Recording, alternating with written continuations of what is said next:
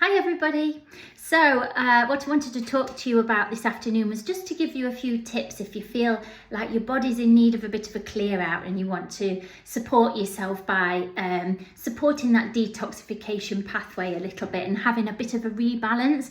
So I got back off holiday last week. I ate differently, I drank differently, my life was generally a lot different, very busy when I was away, and I'm going to have a bit of a reboot, a system restore, but also it's really handy if you know anybody that's had a lot of painkillers lately. So maybe you had a bad tooth, you've been popping ibuprofen like Smarties, or maybe somebody who's had an operation and wants to detoxify from all those pharmaceuticals and the anesthetic. I would say always in that case, leave it a good 2 to 4 weeks before you do that. Following an operation, you need to really rest and nurture yourself first before you do this. But for whatever reason, if you're wanting to have a bit of a clear out, so what we do is the body's always detoxifying, but how effective it does it is down to your elimination channels, so how your body gets things out. And the main elimination channels are So first of all, your colon, where you're going to do your poos from, your kidneys, so you're going to do some wheeze there and get some stuff out, and then it might be some things that you haven't thought of. So your lungs, you breathe out all sorts of things day in, day out.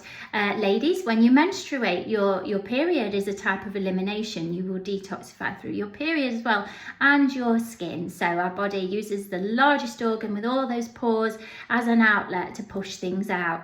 And then there's some key players in this process that help that run smoothly. One of those is your liver, which is like your bomb disposal unit of your body, and your lymphatic system, which is a network like very similar to capillaries and veins, but it has a fluid in that helps bathe the cells with nutrients and remove waste, and then it eventually dumps back into the blood, and then it works its way out eventually through your poo and wee, like everything else. We're going to support all of those things. So first of all, we always want to look after the liver when we're trying to give ourselves a bit of a boost and support these elimination pathways. So ways that you can do that then, so lemon water in the morning.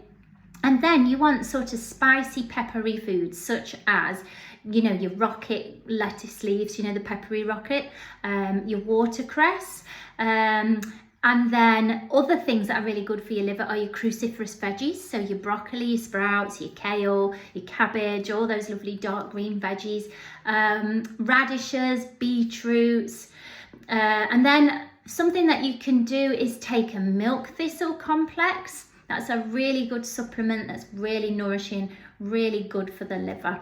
And then a really nice sort of lifestyle intervention that you can bring in that's very naturopathic is a castor oil pack. So you buy some castor oil. It's amazing castor oil for so many things, but let's just focus on the liver here. And you pop it in a little pot.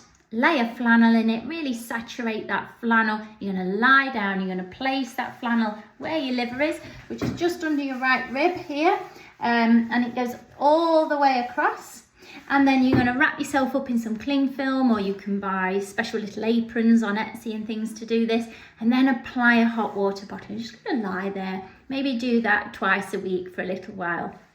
Okay, next then the bowels. So the obvious thing is you've got to drink if you're moving your bowels, and you have to move your bowels. So if you're not going to the toilet for number 2 each day, what's happening is the waste your body's wanting to get rid of is sitting there too long. And when that happens, some of those waste particulates we can reabsorb into the bloodstream, and then we get headaches, and then we get bad skin, and we feel tired, and we get a bit itchy sometimes. So we don't want that. We need to get everything out. So supporting your bowels, really important. One of the best ways is to bring ground linseeds into your day. They're also known as flax seeds. Now they have to be ground. If they're in the normal state of a normal seed, it's not going to do the biz. You need them to be ground up. And one of the easiest ways to bring them into your day, put some in the bottom of a mug, top it up with boiling water, drink the water, drink the seeds at the bottom. It's called a hug in a mug. And it tastes a bit like porridge. It's not unpleasant. You can add a bit of ginger or cinnamon if you like. And you want to work up to having 2 tablespoons of flax seeds per day. Don't start at that. Start small and build it up. And what that will do, it will help regulate your bowels. If you're constipated, it will help move things through a bit more smoothly. If you are suffering with loose stools, it will help bulk the stool up, but without being hard. It'll be nice and soft still. So it's really good for moving the bowels, but also as ladies, added bonus is it's quite hormonally balancing as well. So it's a lovely thing to do. And then again, those dark green veggies, we need some fibre. We need our poos to be made of a good substance and to be able to move through the colon effectively. And that is with vegetable fibre. When I talk about fibre, I'm not talking about pastas or breads. I'm talking about vegetable fibre. So you want to be eating a rainbow every day. Loads of different types of veggies, but those dark green veggies are the best. You can use a probiotic to help you while you're wanting to have a bit of a clear out. And if you're constipated, something else that's really good to do to help move things along, 2 kiwis a day. That will help no end. And you can put them in smoothies or just eat them however you like. And for those that are a little bit more brave, who are okay with the idea of having an enema, then you could have a chamomile tea enema or an aloe vera enema as well.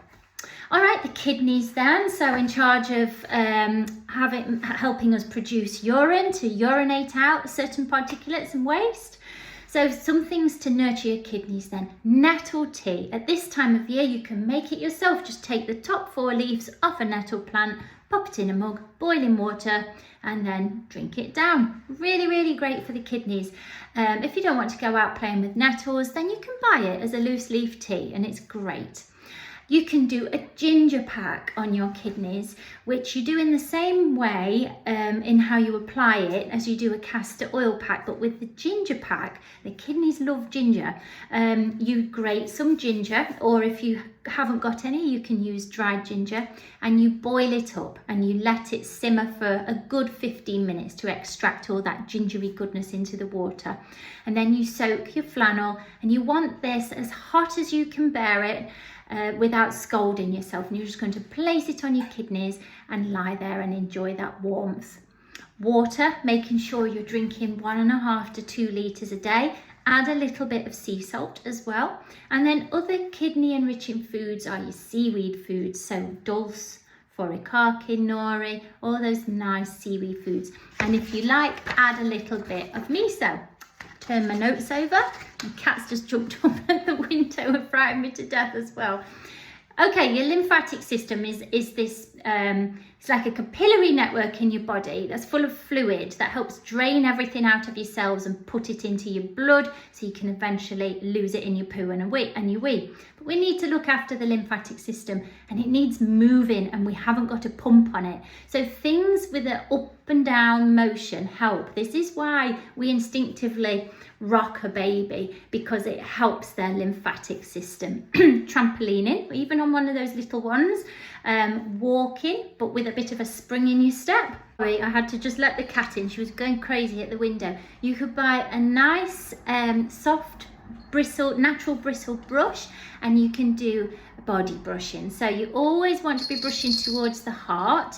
You want to be getting all the soft parts of your body, and especially in the nooks and crannies, in the creases, that's where a lot of your lymph nodes are. So the back of the knees, the groins, and you want to brush gently 5 or 6 times on each part, always in the direction of the heart.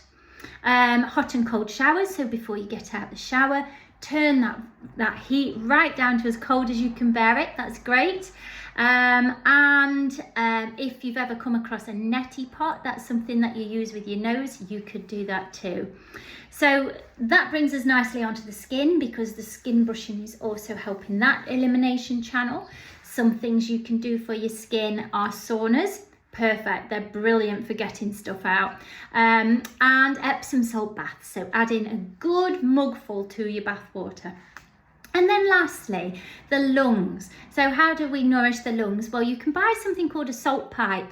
and it's just literally a little pot pipe, and it's got some salt in it, and you just sit and breathe it, and that really helps clear the lung channel out.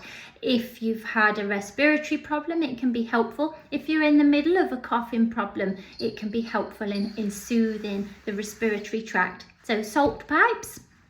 And then breathing techniques, so just really practicing 3 or 4 times a day. You don't have to do it for long, just 5 breaths where you really concentrate on breathing always in and out through the nose, very diaphragmatically from down here, expanding the lungs on a nice long breath, holding it at the top and letting it out slowly.